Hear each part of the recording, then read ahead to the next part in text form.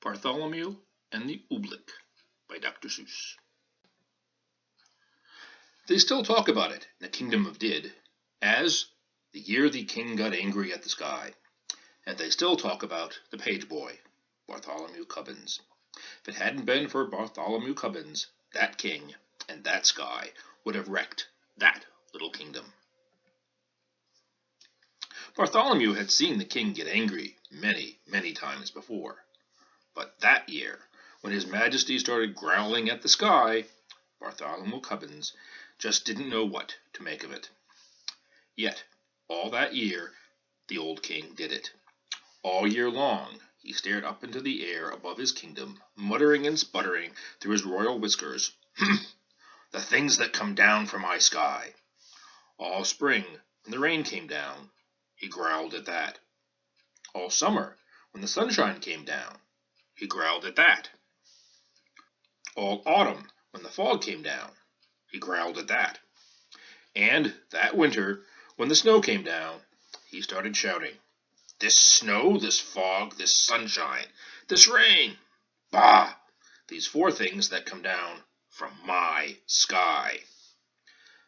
"But, King Derwin," Bartholomew tried to calm him, "you've always had these same four things come down." "That's just the trouble," bellowed the king. "Every year the same four things. I'm mighty tired of those old things. I want something new to come down." "Something new come down?" Bartholomew gasped. "That's impossible, Your Majesty. You just can't have it." "Boy, don't you dare tell me what I can or cannot have. Remember, Bartholomew, I am king." "I know, sire," said Bartholomew.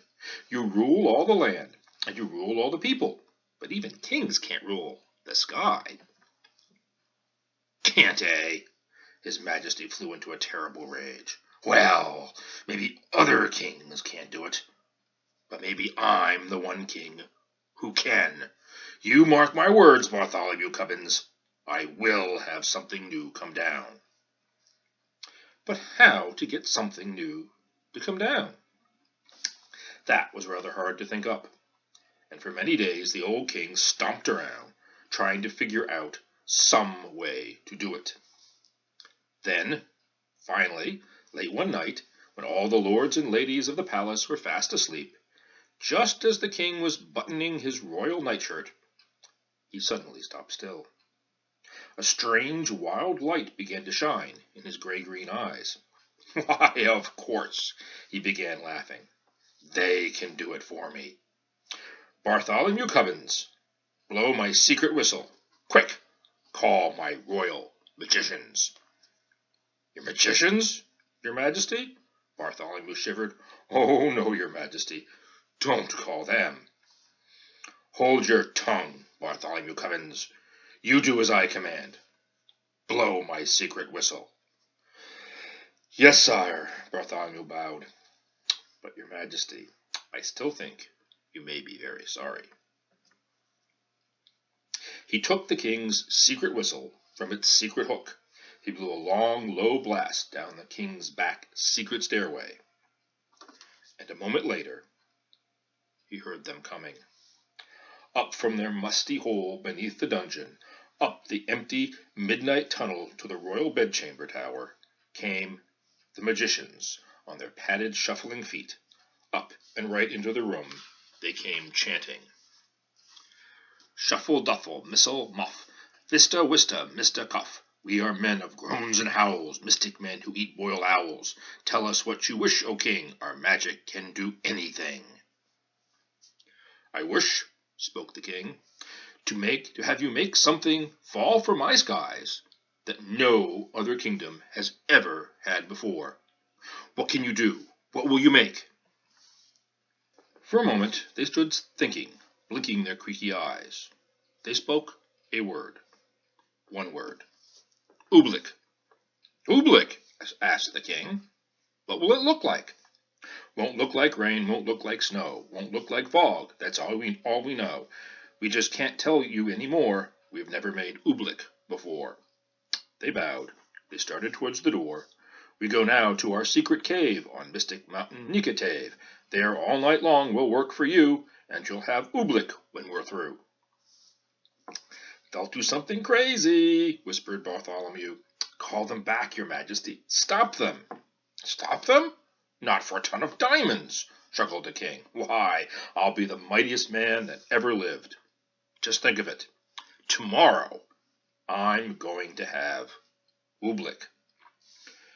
It took Bartholomew a long time to get the excited king to sleep that night. But there was no sleep for the page boy. All night long he stood in the king's window, staring out at the Mystic Mountain Nicotave. Somewhere, up there, Bartholomew knew the magicians were working their terrible magic. All night the magicians did. All night they walked in circles around their magic fire, making magic mumblings with their clucking tongues. "Oh, snow and rain are not enough. Oh, we must make some brand new stuff. So feed the fire with wet mouse hair, burn an onion, burn a chair, burn a whisker from your chin, and burn a long sour lizard skin. Burn yellow twigs and burn red rust, and burn a stocking full of dust. Make magic smoke, green, thick, and hot. It sure smells dreadful, does it not? That means the smoke is now just right. So quick, before the day gets light. Go, magic smoke, go high, go high. Go rise into the kingdom sky. Go make the Oobleck tumble down on every street in every town. Go make the wondrous Oobleck fall. Oh, bring down Oobleck on us all."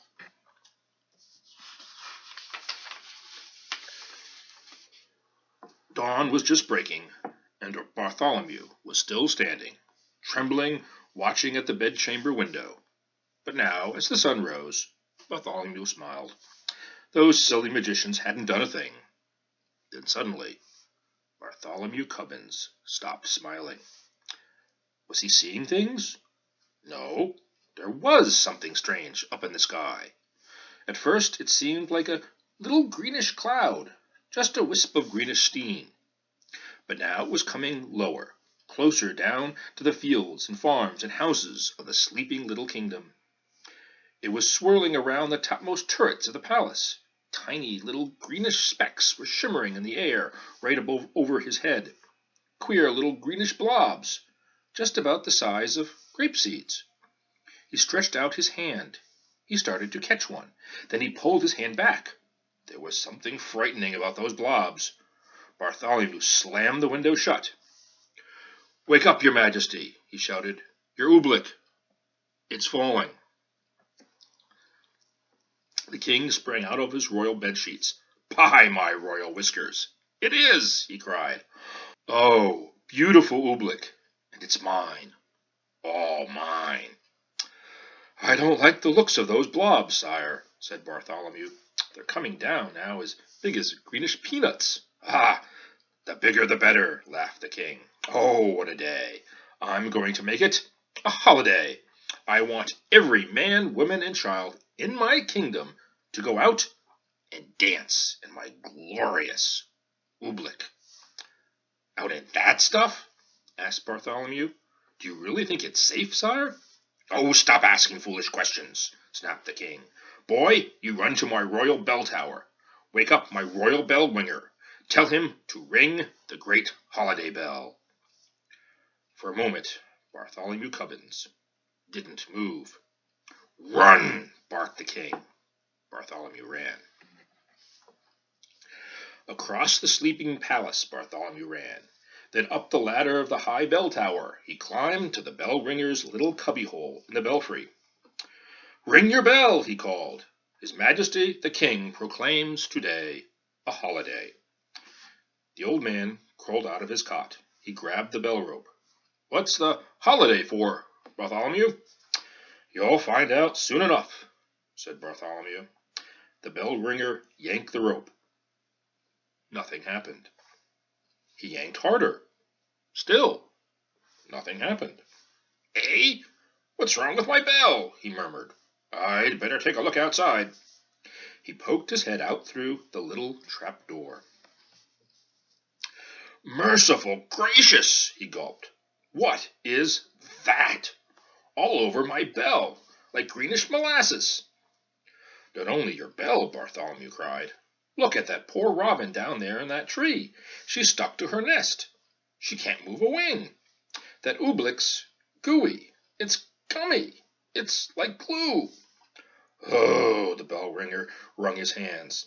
"If that green stuff sticks up robins, it'll stick up people too." "Someone's got to warn the people," cried Bartholomew. "Got to wake 'em up and warn 'em to stay inside their houses. I'll tell the royal trumpeter," he shouted. He turned and slid like lightning down the bell tower ladder. To the trumpeter's tower raced Bartholomew Cubbins, and on up the steps, 4 stairs at a time. As he ran, he could hear the plop, plop of the oobleck on the window panes. It was pelting against the palace walls as big as greenish cupcakes now. He yanked the covers off the snoring trumpeter. He shoved his cold trumpet right into his sleepy hands. "Get up! Warn the people! Blow the alarm!" "Alarm?" yawned the trumpeter.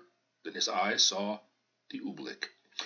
"Those green things, Bartholomew, where'd they come from?" "The king," panted Bartholomew. "His royal magicians made them." The royal trumpeter leapt from his bed. "That king of ours should be ashamed." He jabbed his trumpet out of the window.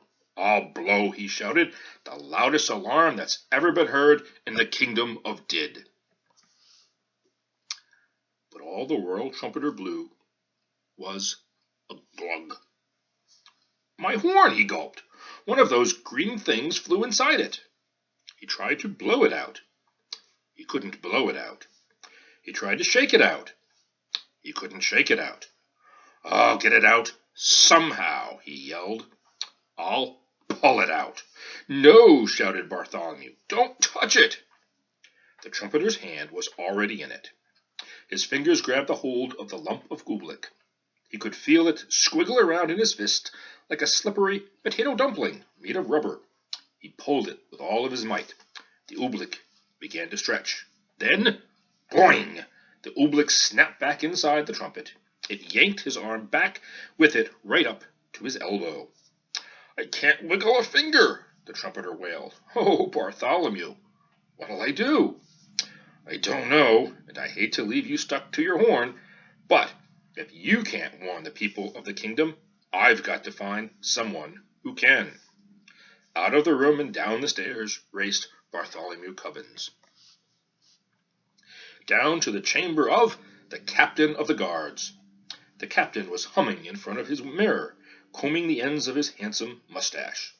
"Captain, do something!" shouted Bartholomew. "Do something? Why?" smiled the captain. "What's wrong?" "Captain, haven't you seen the dreadful oobleck? It's coming down now as big as greenish baseballs." "Oh, that stuff," laughed the captain. "What's so dreadful about that, lad? You know, I think it's rather pretty." "Captain," pleaded Bartholomew, "it's dangerous." "Nonsense," snorted the captain. "Lad, are you trying to frighten me? Captains, my boy, are afraid of nothing. That stuff's harmless. I'll show you." "I'll eat some." "Eat some!" gasped Bartholomew. "Oh, no!" But before Bartholomew could stop him, the captain was leaning out of his window, scooping up some of the oobleck on the end of his sword. "Don't, Captain, don't!" The captain did. By the time Bartholomew dragged him back inside the room, his mouth was glued tight shut with the oobleck. He tried to speak, but no words came out. All the noble captain of the guards could do was blow a lot of little sticky greenish bubbles. "Forgive me for leaving you, Captain," said Bartholomew, "but a captain full of bubbles is no help at all." Bartholomew stretched the poor man out. He left him there on his chamber floor. Bartholomew went tearing through the zigzag palace hallways. "I'll get the king's horse. I'll ride through the country. I'll warn the people of the kingdom myself." He pushed open the door that led to the royal stables. Bartholomew stopped. He could go no farther. The awful oobleck was plumping down as big as greenish footballs now. Too late to warn the people of the kingdom. There were farmers in the fields getting stuck to their hoes and plows. Goats were getting stuck to ducks. Geese were getting stuck to cows. Outside the palace, it was piling up, great greenish tons of oobleck, deeper and deeper on every roof in the land. There was nothing Bartholomew Cubbins could do out there. Shaking his head sadly, he stepped back inside. But inside, a moment later, it was just as bad as out. With an angry roar, the oobleck was suddenly hitting the palace harder. It was battering and spattering against the walls as big as greenish buckets full of gooey asparagus soup. Like a sinking sailboat, the whole palace was springing leaks. The oobleck was ripping the windows right off the hinges.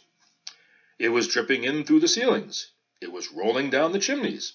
It was coming in everywhere, even through the keyholes. From every bedroom in the palace came the howls of the lords and ladies. Frightened, in their nightgowns, they came jumping to their doors. "Go back to your beds! Get under your blankets!" Bartholomew Cubbins went crying through the halls. But nobody paid the slightest attention. Everyone in the palace started rushing madly about. The royal cook rushed down to the royal kitchen. Bartholomew Cubbins saw him trapped there, stuck to 3 stew pots, a teacup, and a cat. The royal laundress rushed outside to save her laundry. Bartholomew saw her stuck tight to the clothesline, between 2 woolen stockings and the king's best Sunday blouse. He saw the royal fiddlers. They were stuck to the royal fiddles. Everywhere Bartholomew ran, he saw someone stuck to something. They were stuck up by the dozens. Every last friend he had in the world was flopping and floundering, all hopelessly caught in the goo. Then, suddenly, midst the hubbub, Bartholomew gasped. The king! Where was the king? He'd forgotten all about him. It was in the throne room that Bartholomew found him. There he sat, the old King Derwin, proud and mighty ruler of the kingdom of Did, trembling, shaking, helpless as a baby. His royal crown was stuck to his royal head. The seat of his royal pants was stuck to his royal throne. Oobleck was dripping from his royal eyebrows. It was oozing from his royal ears. "Fetch my magicians, Bartholomew," he commanded. "Make them say some magic words. Make them stop the oobleck falling." Bartholomew shrugged his shoulders. "I can't fetch them, your majesty. Their cave on Mountain Nikitave is buried deep in the oobleck." "Then I must think of some magic words," groaned the king. "Oh, what are those words my magicians say? Shuffle, duffle, muzzle, muff? Oh, that's all I can remember. They don't do any good. The oobleck keeps falling harder." Bartholomew Cubbins could hold his tongue no longer. "And it's going to keep on falling," he shouted, "until your whole great marble palace tumbles down. So don't waste your time saying foolish magic words. You ought to be saying some plain, simple words." "Simple words? What do you mean, boy?" "I mean," said Bartholomew, "this is all your fault. Now the least you can do is say the simple words, 'I'm sorry.'" No one had ever talked to the king like this before. "What?" he bellowed. "Me? Me say I'm sorry? Kings never say I'm sorry. And I am the mightiest king in the world." Bartholomew looked the king square in the eye. "You may be a mighty king," he said, "but you're sitting in oobleck up to your chin, and so is everyone else in your land. And if you won't even say you're sorry, you're no sort of king at all." Bartholomew Cubbins turned his back. He started for the throne room door, but then Bartholomew heard a great deep sob. The old king was crying. "Come back, Bartholomew Cubbins. You're right. It is all my fault. And I am sorry. Oh, Bartholomew, I am awfully, awfully sorry." And the moment the king spoke those words, something happened. Maybe there was something magic in those simple words, I'm sorry. Maybe there was something magic in those simple words, it's all my fault. Maybe there was and maybe there wasn't. But they say as soon as the old king spoke them, the sun began to shine and fight its way through the storm. They say that the falling Oobleck blobs grew smaller and smaller and smaller. They say that all the Oobleck that was stuck on all the people and on all the animals of the kingdom of Did just simply, quietly melted away. And, they say, Bartholomew took the old king by the sleeve and led him up the steps of the high bell tower. He put the bell rope in His Majesty's royal hands, and the king himself rang the holiday bell. Then the king proclaimed a brand new national holiday in honor of the 4 perfect things that came down from the sky. The king now knew that these 4 old-fashioned things, the rain, the sunshine, the fog, and the snow, were good enough for any king in all the world, especially for him, the old King Derwin of Did. The end.